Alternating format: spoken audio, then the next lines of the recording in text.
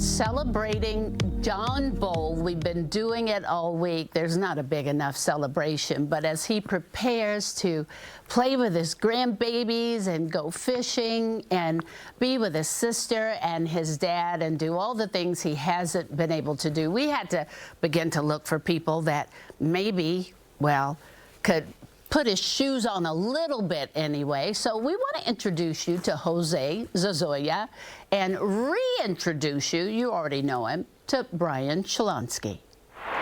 Yeah, I just want to say what an honor it is to be taking over the anchor chair from somebody who really is a legend in this industry that we all work in. I have looked up to John for so many years, not only for his journalism, his professionalism, but who he is as a person.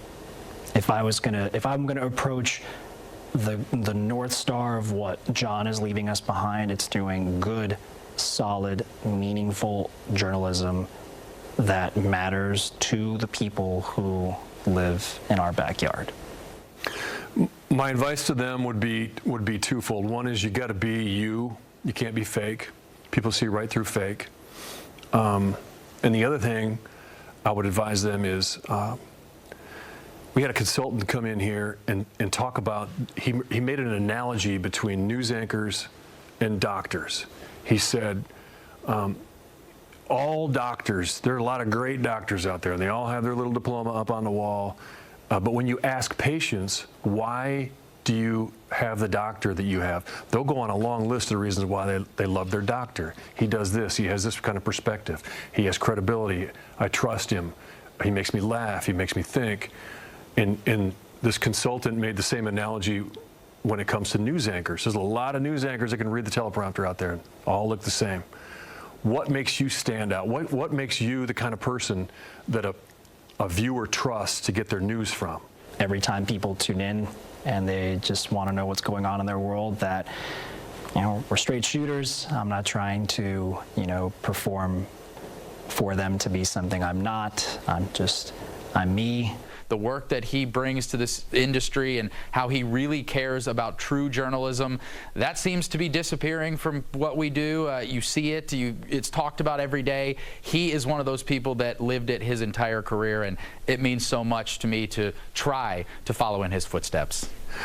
Every day, what I hope my legacy is I want everybody, whether you're a producer, whether you're the news director, whether you're a photographer, reporter, anchor, what can I do today to stand out, to be the best in the market?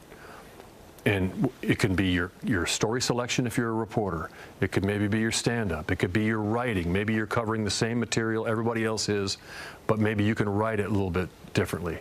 With an anchor, maybe you can rewrite the story a little bit to make it more conversational and communicative.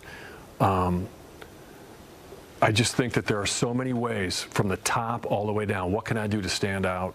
And that I've always tried to raise the bar every day. You don't always achieve it, but that's what I would like to leave people with, that kind of mindset. What can I do in my job today? Don't be armchair quarterbacking what everybody else is doing. That's really easy to do, but focus on me. What can I do to be the best in my role in this whole market each day?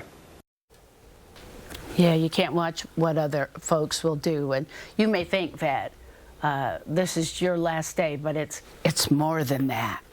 What is that? It is more than that. Louisville Metro, Craig Greenberg, Mayor, greetings to all whom these present shall come. Know ye that February 28th, 2025 is hereby proclaimed in Louisville, Kentucky to be John Bold Day. John Bold Day. There That sounds weird, but it sounds good. John Bold Day. Brenda's John Bold Day. Brenda's like, yeah. Brenda's watching. That's yours. Well, thank you very much. Thank you, Mayor. It is yours. Yeah, I don't know what to say. I've given this community everything I've got. I maintain that to be a news anchor, you've got to embed yourself in the same situations that the people watching you are dealing with. That people always ask me, why do you go undercover in dangerous neighborhoods? Well, you know why? Because the mom in that dangerous neighborhood who can't let her kids play in the yard needs my help. Yeah, I get on you for that, though, because I always thought that you should have somebody watching over you. Then we get seen. Then you wouldn't. I'm you not wouldn't, saying the person has to have a red and blue light going off above God's their watching head. over me. He's got me. Always, always. But God says, be smart and don't be a dummy. That's what Well, he guess said. what? Guess what? Ain't been shot. Not got yet. got a lot of things changed. You're leaving. I made it. I made it to the finish line. You did not make it. shot. You did. Yes. You so made it. I have been happy to. You know what? The best moment of my whole journalism existence was when my recovery sponsor told me, John, we're on Nextdoor app. Do you realize your name is all over every one of these pages on Nextdoor app? Everybody's saying, go to John Bowl, go to John Bowl, go to... That's And you don't why we're mind here. talking about your recovery. Actually, before you worked at Wave, you put your book out on the news, in the news, Yep. and I had to interview you. That might have been the only time I was nervous. Because You were nervous? Because I had to ask you the hard questions. Yeah. But you were my friend, and I didn't want to be mean. But I had to ask you the questions, and when we were done, you were like, "You are nice, Don G. You are never that tough. What is wrong with you?" And I was like, "Oh my God, I knew I was too tough." No.